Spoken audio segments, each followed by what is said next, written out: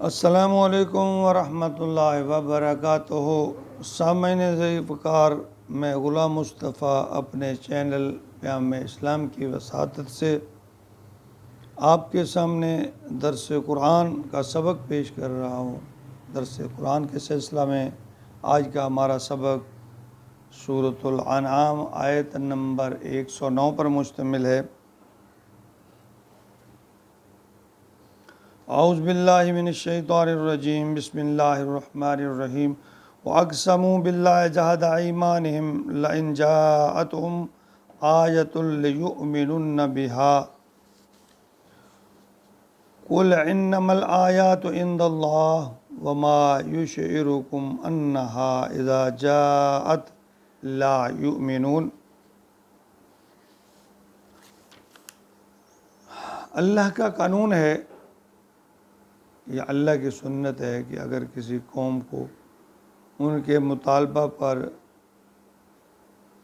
خصوصی انعام یا معجزہ دیا جائے یا دکھایا جائے تو پھر بھی وہ اللہ کی ذات پر ایمان نہ لائیں تو اللہ فوراً ان کو کسی عذاب میں مبتلا کر دیتے ہیں۔ ہمارے لیے بھی یہ سبق ہے کہ ہم اللہ سے معجزہ یا کوئی امتحان نہ مانگیں کہ انسان کی تو استطاعت ہی نہیں ہے کہ وہ اللہ کی مدد کے بغیر کوئی امتحان پاس کر سکے۔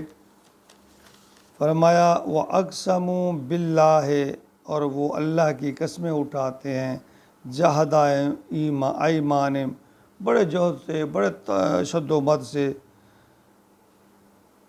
لَئِنْ جَاءَتْهُمْ، اور اگر ان کے پاس کوئی آ جائے نشانی، لَنُؤْمِنَنَّ بِهَا، تو وہ اس پر ایمان لے آئیں گے۔ یعنی ان کے پاس اگر اللہ کی طرف سے کوئی نشانی آ گئی تو وہ اس پر ایمان لے آئیں گے۔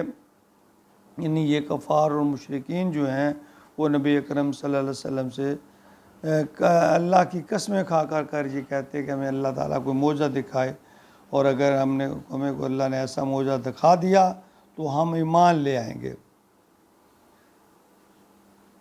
جبکہ یعنی وہ یہ بھی کہا کہ نبی اکرم صلی اللہ علیہ وسلم جو ہے نبوت کا دعوت کر رہے ہیں اور یہ کہہ بھی رہے ہیں کہ فلاں فلاں انبیاء نے فلاں فلاں معجزے جو ہیں دکھائے، تو نبی اکرم یعنی محمد صلی اللہ علیہ وسلم جو ہے وہ کیوں نہیں کوئی ہمیں معجزہ دکھاتے کہ ہم بھی اس سے یعنی متاثر ہو جائیں یا ہم بھی جو ہے اسلام قبول کر لیں۔ لیکن اللہ تعالیٰ فرما رہے ہیں بولے انما الآیات عند اللہ، کہہ دیجئے کہ نشانیاں تو سب اللہ کے پاس ہیں۔ یعنی اللہ کے پاس معجزہ بنانے کا، معجزہ پیش کرنے کا اختیار کس کے پاس ہے؟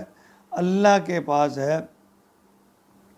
تو وما یشعرکم انما، اور اے مسلمان تمہیں کیا معلوم ہے، تجھے کیا شعور ہے، انہا اذا جاءت لا یؤمنون، کہ ان کے پاس نشانی آ بھی جائے، اللہ کی طرف سے معجزہ آ بھی جائے تب بھی وہ ایمان نہ لیں۔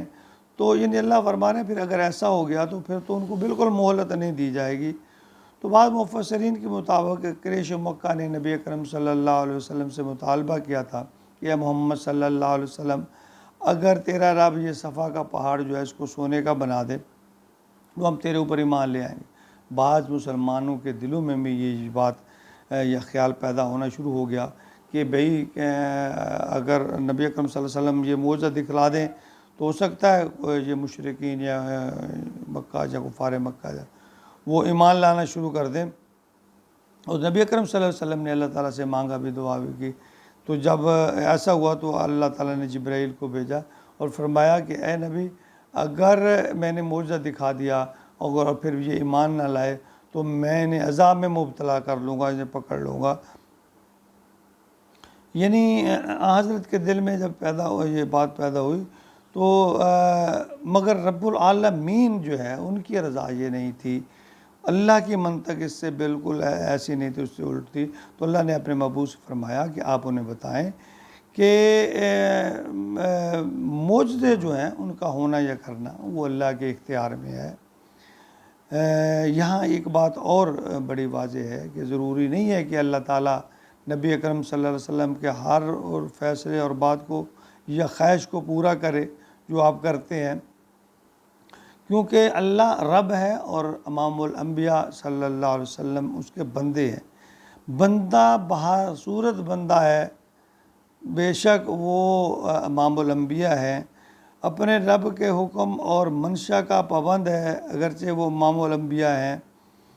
دوسرا اہم نقطہ یہاں یہ ہے کہ اگرچہ وہ قسمیں کھا کر یہ یعنی کہ یقین دلا رہے تھے کہ اللہ انہیں کھلا معجزہ اگر دکھا دے گا تو وہ ایمان لے آئیں گے، مگر ان کے دل کی کیفیت جو ہے یا نیت جو ہے وہ اللہ رب العالمین ہی جانتے تھے. تو اللہ کو معلوم تھا کہ انہیں جس طرح کا بھی نشانی معجزہ دکھایا جائے گا یہ دل کے بے ایمان ہیں، یہ ایمان نہیں لائیں گے. تو نبی اکرم صلی اللہ علیہ وسلم ان کی دل کی کیفیت کو نہیں جانتے تھے کہ ان کے دل میں کیا ہے. تو یہ ان کی خواہش جو ہے، وہ تمنا جو ہے، وہ صرف اللہ ہی جانتے تھے.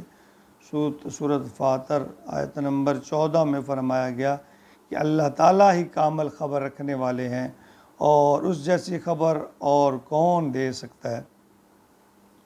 اللہ ہی دلوں کے حال جاننے والے ہیں. اللہ کے سوا آنے والے وقت کی خبر کسی کے پاس نہیں. ہاں وہ کسی کو بتا دے، کتنا بتا دے، جتنا وہ چاہے اس کو بتا دے، تو وہ اللہ کی اپنی مرضی ہے، یہ اور بات ہے. اور یہ بھی کہ ہدایت کا جو فیصلہ ہے نا وہ یا اختیار ہے وہ اللہ کے پاس ہے. یعنی وہ اللہ چاہیں گے تو کسی کو ہدایت دے دیں گے، اگر اللہ نہیں چاہیں گے تو تمام دنیا کی طاقتیں مل کر بھی کسی کو ہدایت نہیں دے سکتی. تو یہاں ایک سوال پیدا ہوتا ہے کہ اگر اللہ کی مرضی سے ہی ہدایت ملنی ہے، اللہ جس کو چاہیں گے ہدایت دیں گے، تو پھر اس میں انسان کا کیا قصور ہے؟ تو اس بارے میں اللہ رب العالمین نے سورۃ بقرہ آیت نمبر 6 فرمایا ان الذین کفروا سواء علیہم انذرتہم ام لم تنذرہم لا یؤمنون. یعنی ان لوگوں پر اللہ فرما رہے ہیں کہ بسبب اس کے ان الذین کفروا، انہوں نے کفر کیا یعنی انکار کیا، تو اس کے سبب اللہ تعالیٰ فرما رہے ہیں کہ اب ان کو تم ڈراؤ یا نہ ڈراؤ کہ ان کے دلوں پر میں نے مہر لگا دی ہے، اب انہیں ہدایت نہیں آئے گی. یقیناً جن لوگوں نے کفر کیا تو ان کے برابر فرمایا کہ اے محمد صلی اللہ علیہ وسلم آپ انہیں ڈرائیں یا نہ ڈرائیں، تو اللہ اگر نہیں چاہے گا تو ان کو ہدایت نہیں ملے گی. اور یہ اس کا سبب جو ہے وہ یہ ہے کہ وہ بار بار کفر کیا، انہوں نے ہٹ درمی کی، تعصب پہ ڈٹے رہے. تو اس کے سبب یعنی اللہ تعالیٰ نے ان کے دلوں پر مہر لگائی ہے. ایسا نہیں ہے کہ بس اللہ نے کسی فلاں کے دل میں مہر لگا دی، کسی کے اس کے دل کے اوپر مہر لگا دی، اس کو اللہ نے چن نہیں. اللہ فرماتے ہیں جن لوگوں کو تو نے پیغام پہنچایا، پھر انہوں نے پیغام پہنچنے کے بعد اس کو نہیں سمجھا، اس پر عمل نہیں کیا، اس کو تسلیم نہیں کیا، تو ان کے بارے میں اللہ فرما رہے ہیں ختم اللہ علی قلوبہم وعلی سمعہم وعلی ابصارہم وعلی سمعہم وعلی ابصارہم غشاوۃ ولہم عذاب عظیم. یعنی ان کے اللہ نے ان کے دلوں پر مہر لگا دی ہے، کانوں پر، آنکھوں پر. اور ایسا ہے کہ اللہ تعالیٰ قیامت کے دنوں پر جو عذاب ہوگا وہ ہلکا نہیں کرے گا، بہت سخت عذاب دیا جائے گا. تو یہ بات سمجھ لینی چاہیے کہ اللہ کے مہر لگانے کا مقصد یا مفہوم یہ ہے کہ جب انسان بار بار انکار کرتا ہے تو پھر اللہ تعالیٰ بھی اس کے سوچنے اور سمجھنے کی جو قوت ہے یا طاقت ہے اس کو سلب کر لیتے ہیں.